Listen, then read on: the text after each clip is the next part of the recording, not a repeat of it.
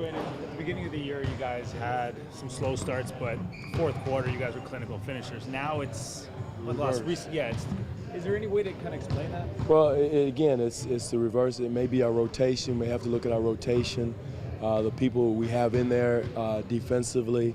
I thought that's hurt us. A good point. We just talked about that this morning. We've always could depend on the fourth quarter defensively to get stops, to get on a run, and close it out in the fourth quarter. So we got to look at who's on the floor and at that time to put a finger in that dike. Coach, you're not one to make excuses, but 4 games in 5 nights is pretty tough no matter who you are. Just describe what that's like mentally on the team. Well, it's very difficult, and I'm glad that's one of the things that the league is going to look at as far as the 4 games in 5 nights, because something has to give, whether it's the product on the floor or the players' bodies. And you see the rash of injuries. I'm not saying that's the reason why, but there's, guys are human and they can only play so many minutes. Again, everybody's doing it, so it can't be an excuse for us, but because everybody is doing it, everybody's going through it. We're one of 30 teams that that are going through it. So we gotta put ourselves mentally in that situation. We gotta perform and not use that as an excuse and come out and give it your all on the court. Speaking of mentally, you were saying some of the mistakes were more mental than physical. In the second half, I thought our turnovers were tired mistakes. Some of our shots were tired shots. My thing is, you don't take it if you're that winded or tired, your legs are gone. But I thought they were, again, you can't use that as an excuse. Dallas beat us fair and square, but some of them were physical, more fatigue mistakes. But again, that's the NBA season. That's should be a part of our growth, playing in those situations. Guys coming off the bench to rest the guys have to come in and perform at a high level. We've talked a lot about shot selection in the context of your team. In terms of the team you're playing tomorrow, can you force Curry or Thompson into a bad shot, or is there no such thing? There's no such thing with those guys as bad shots, and that was one of the positives I thought until we had smaller stretches of tough shots for us. I thought our ball movement was better in the Dallas game, and that's one thing that was a positive because we talked extensively about that. But Golden State, they walk in the gym, it's a good shot for those guys, and usually it's 4 or 5 guys on the court at all times that can make shots. So if they put Spates at the 5, who's really a small 4, so they're a tough team. That's what makes them good. But again, the other end though, Eric, is their improvement defensively. They're really a good defensive team. They keep the paint tight. They force tough shots. So we got to play on both ends of the floor tomorrow night. Kyle described his game as trash right now. When you look at him, what do you think might be his issue right now? Well, again, I wouldn't categorize it as trash. I mean, he's being hard on himself.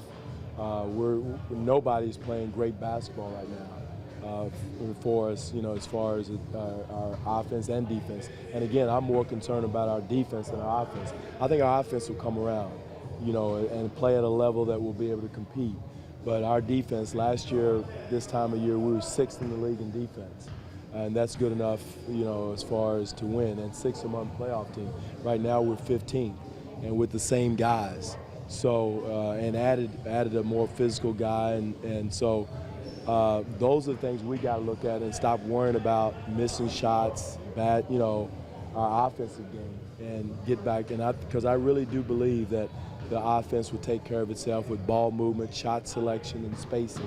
Those things are correctable. A lot of times you can't make a ball go in when you take that shot, but one thing you can control is spacing and ball movement. What's the one area defensively that concerns you the most? A little bit of everything, keep containing the ball, rim protection, cracking down, box, the whole gamut. It's not just one thing, and it's not just one person. It's a team thing, and it's a focus, it's a mindset that we got to get in, that not worry about, say, hey, look, we're an offensive team. We got to play a balanced all-around game to be able to compete in this league. But the identity might not be the proper word, but do you think that began when you guys were winning all those games? Really, a little bit. It's like, again, we were winning with our offense, and I was preaching that, I think, at the same time that we got to be a better defensive team, or more of a balance. I don't know if we're going to be in the top 5 or top 10. Doesn't matter. We got to get better balance, offense and defense. And a lot of times when you run up and down, something's going to give. And a lot of times guys rest on the defensive end, and we got to get that script flip at some point. What do you think about LeBron's son being scouted already at the age of 10? That's amazing. As a college coach, I've sent letters to players' sons that were just born as a joke. I don't think I've ever recruited a 10-year-old. If I did, I apologize.